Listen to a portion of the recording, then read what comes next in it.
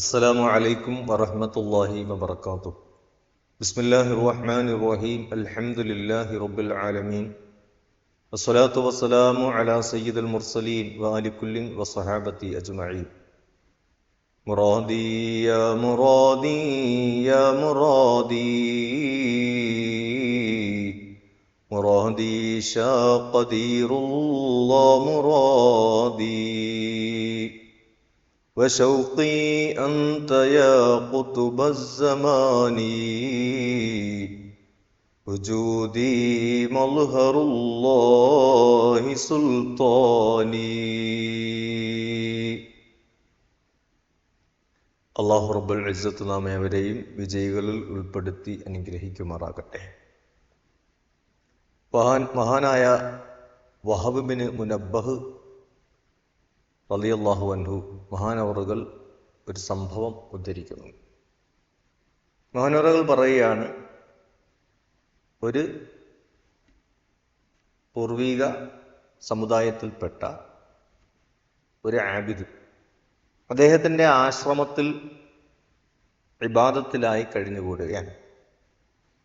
ഇയാളെ പിഴപ്പിക്കാൻ വേണ്ടിയിട്ട് ഇബ്ലീസ് വരുന്നു, അയാളുടെ കതകിന് തട്ടി വിളിക്കുകയാണ്. അയാളെ ഇബാദത്തിൽ നിന്നും പിന്തിരിപ്പിക്കുക, അതാണ് ഇബ്ലീസിന്റെ ലക്ഷ്യം.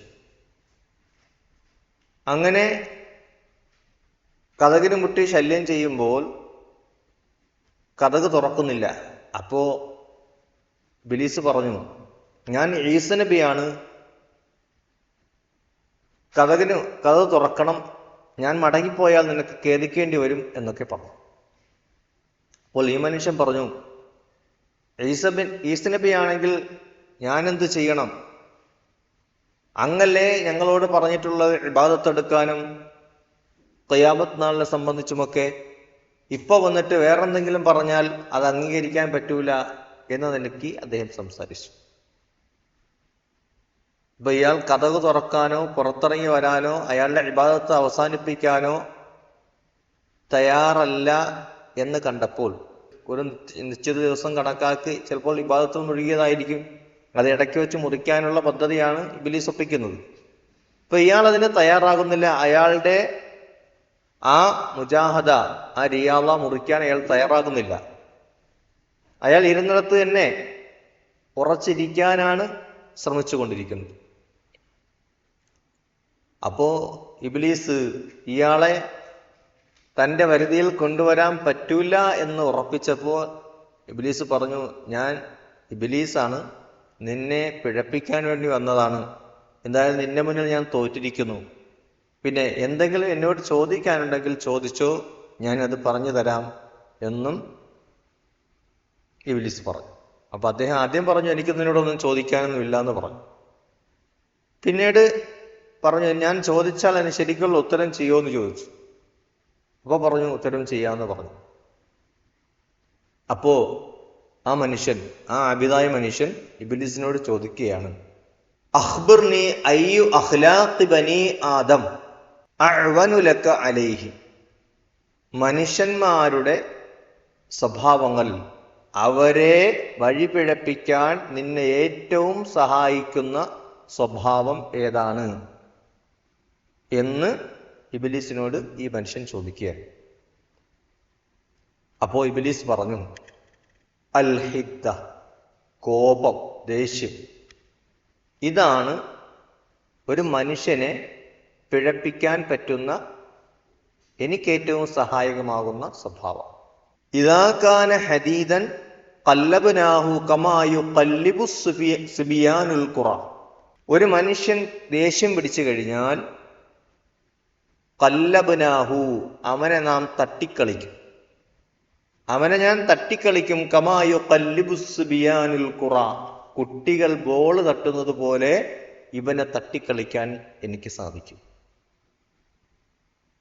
ദേഷ്യം പിടിക്കുമ്പോൾ, ദേഷ്യം പിടിച്ച മനുഷ്യനെ കുരങ്ങ് കളിപ്പിക്കാൻ എനിക്ക് കഴിയും, ഞങ്ങൾക്ക് സാധിക്കുമെന്ന് ഇബ്ലീസ് പറഞ്ഞു കൊടുക്കുന്നു. അപ്പൊ മനുഷ്യൻ ദേഷ്യം പിടിക്കുമ്പോൾ അവൻ ശൈത്താനായി മാറുകയാണ്. അതാണ് മഹാനായ ഹബീബ് റസൂലുള്ളാഹി സ്വല്ലല്ലാഹു അലൈഹി വസല്ലമ തങ്ങൾ പറഞ്ഞത്, ഇന്നമൽ ഗളബു മിനശ് ശൈത്താൻ. ഒളബ് അത് ശൈത്താന്റെ ഭാഗത്തു നിന്നുണ്ടാകുന്നതാണ്. ദേഷ്യം വരുമ്പോ നിൽക്കുകയാണെങ്കിൽ ഇരിക്കണം, ഇരുന്നിട്ട് മാറുന്നുണ്ടെങ്കിൽ കിടക്കണം എന്നൊക്കെ പറഞ്ഞ് ദേഷ്യം നിയന്ത്രിക്കാനുള്ള പല വഴികളും മഹാനായ ഹബീബ് റസൂലുള്ളാഹി സ്വല്ലല്ലാഹു അലൈഹി വസല്ലമ തങ്ങൾ നമുക്ക് പഠിപ്പിച്ചു തന്നിട്ടുണ്ട്. ഒളു എടുത്താൽ കോപം മാറും. ഇന്നമശ്ശദീദുല്ലദീ യംലികു നഫ്സഹു ഇൻദൽ ഒളബ്. മഹാനായ റസൂലുള്ളാഹി സ്വല്ലല്ലാഹു അലൈഹി വസല്ലമ തങ്ങൾ പറയുക, ലൈസ ശദീദു ബിസ്സുർഅ. ഗുസ്തിയിൽ തന്റെ എതിരാളിയെ നിമിഷ നേരം കൊണ്ട് മലർത്തി അടിക്കുന്നവനല്ല യഥാർത്ഥ ശക്തൻ. പിന്നെയോ ഇന്നമശ്ശദീദുല്ലദീ യംലികു നഫ്സഹു ഇൻദൽ ഒളബ്. ദേഷ്യം വരുന്ന സന്ദർഭത്തിൽ തന്റെ നഫ്സിനെ നിയന്ത്രിക്കാൻ കഴിവുള്ളവനാണ് യഥാർത്ഥ ശക്തൻ എന്ന് സയ്യിദുനാ മുഹമ്മദ് റസൂലുള്ളാഹി സ്വല്ലല്ലാഹു അലൈഹി വസല്ലം. ഈ ഹദീസുകളിലൂടെ മഹാനായ ഹബീബ് റസൂലുള്ളാഹി സ്വല്ലല്ലാഹു അലൈഹി വസല്ലമ തങ്ങളെ വചനങ്ങളിലൂടെ നമ്മുടെ ഈമാനെ ദുഷിപ്പിക്കുന്ന ദുർഗുണമാണ് ഒളബ്, ദേഷ്യം എന്ന് നമുക്ക് മനസ്സിലാക്കാം. പ്രിയമുള്ളവരെ, ഖൽബിനെ ശുദ്ധീകരിക്കുമ്പോൾ നാം ആദ്യമാദ്യം ശ്രദ്ധിക്കേണ്ടുന്ന ദുർഗുണങ്ങളിൽപ്പെട്ട ഒന്നാണ് ഒളബ്, ഈമാനെ ദുഷിപ്പിക്കുന്നതാണ്. അസൂയ, കിബിറ്, അതുപോലെ മനുഷ്യന്മാരുള്ള പക, ഇതിങ്ങനെ ഓരോന്നായി മാറ്റിയെടുക്കാൻ നമ്മുടെ മശായിഖുമാരുടെ സഹായം, അവരുടെ തർബിയത്ത്, അവരുടെ തസ്കിയത്ത് നേടാൻ നാം അവരോടൊപ്പമുള്ള സുഹബത്ത് നന്നാക്കിക്കൊണ്ടേയിരിക്കണം.